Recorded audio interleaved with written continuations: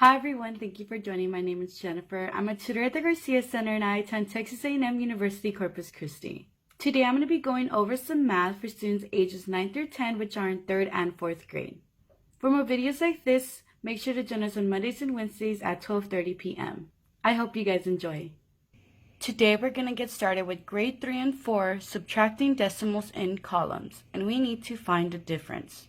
So what we mean by subtracting decimals in columns is we have these decimal numbers and we are going to be subtracting them in columns, which is like this. So let's look at number 1. We have 90.0 minus 85.3.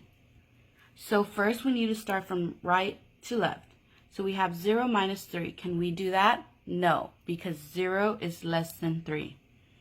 So we'd have to borrow from the next number, which is 0, but we can't borrow anything from 0. So we'd have to borrow from 9. So the 9 will then become an 8, and the 0 will become a 10. But we still need to borrow for this number. So then this would become a 9, and this would become a 10. So what is 10 minus 3? That is 7. Now, what is 9 minus 5? That is 4. 8 minus 8, that's 0. So next, we'll just have to move down this decimal. So we move it down, and it would go right here. So the answer is 4.7.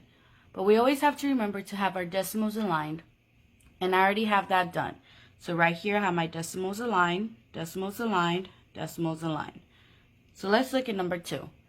We have 80.0 minus 43.7. So first we do 0 minus 7, but we can't do that. We cannot borrow from here, so we need to borrow from the 8. So the 8 will become a 7, the 0 a 10. But we still need to borrow for this number. So the 10 will become a 9, and the 0 will become a 10. So what is 10 minus 7? That is 3. What is 9 minus 3? That is 6. And 7 minus 4, that is 3. Next, we bring down the decimal. It will go right here. So the answer is 36.3. Let's go on to number 3. We have 40.0 minus 4.1. So again, we have 0 minus 1. We can't do that. We can't borrow from 0, so we borrow from 4. The 4 will become a 3. This becomes a 10. We still need to borrow for this one, so this would become a 9, and this would become a 10. So what is 10 minus 1? That is 9. Next we have 9 minus 4. That is 5. And next we have 3 minus nothing, so that would be 3. Bring down the decimal, and the answer would be 35.9. So let's go on to the next one.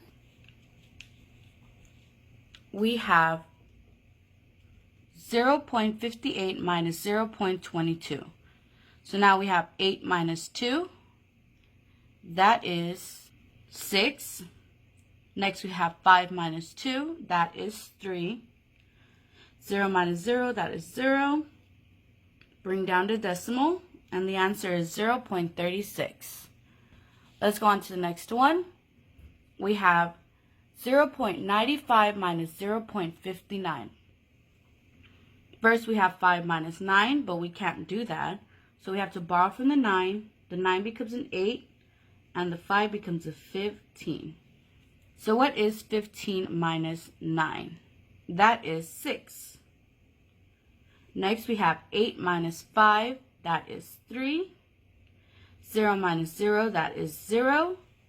Bring down the decimal, and the answer is 0.36. Let's look at the last one. We have 9.6 minus 8.7. So what is 6 minus 7? We can't do that, so we have to borrow from the 9. This becomes an 8, and the 6 becomes a 16. So what is 16 minus 7? That is 9. 8 minus 8, that is 0. Bring down the decimal, and the answer is 0.9. So remember, when you're going to be subtracting, it's from left to right, and you have to remember that your decimals always have to be aligned. So like in this one has 2 digits right here and 1 digit. This one has 1 digit and 1 digit. But the decimal has to be aligned. Just like that. All of them have to be aligned. So when you subtract, all you have to do is bring down the decimal. So that is all I have for subtracting decimals in columns. That's all I have for you today. And remember, for more videos like this, join us on Mondays and Wednesdays. If you have any questions regarding the problems I went over, feel free to ask them on the comments below. And if you have any subject you'd like me to go over, you can go ahead and write them down in the comments as well. Thank you.